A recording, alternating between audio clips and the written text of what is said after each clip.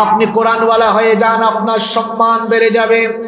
এত সম্মান বাড়বে, কিয়ামতের দিন এই কোরআন শাফায়াতকারী গ্রন্থ হবে। নবীজি বলেছেন, আল কোরআনু শাফিউম মুশাফফা, কোরআন হলো এমন শাফায়াতকারী গ্রন্থ, যেই কিতাবের শাফায়াত কিয়ামতের দিন কবুল করবেন কে?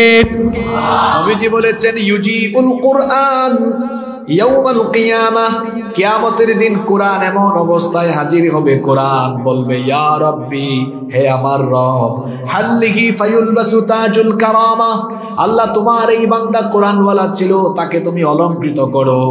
আল্লাহ তাআলা কোরআনের সুপারিশ শুনে কোরআনওয়ালা ব্যক্তিকে সম্মানের মুকুট পরিধান করাবেন। কোরআন বলবে, জিদহু, আল্লাহ তুমি তার সৌন্দর্য আরো বাড়িয়ে দাও, সম্মানকে আরো বাড়িয়ে দাও। আল্লাহর নবী বলেছেন, ফায়ুলবাসু হুল্লাতুল কারামা, তখন তাকে আল্লাহ আরো সম্মানিত পোশাক পরাবেন, আরো মর্যাদা বাড়িয়ে দিবেন।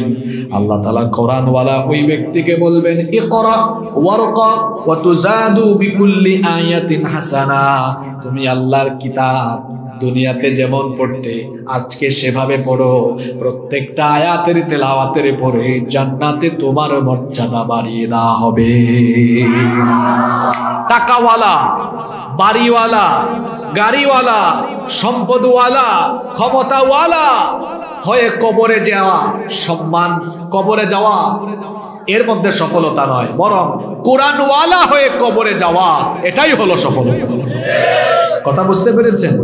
টাকাওয়ালা, গাড়িওয়ালা, বাড়িওয়ালা, সম্পদওয়ালা, ক্ষমতাওয়ালা হয়ে কবরে গিয়ে আপনি সফল হতে পারবেন না, কোরআনওয়ালা হয়ে কবরে যেতে পারবেন।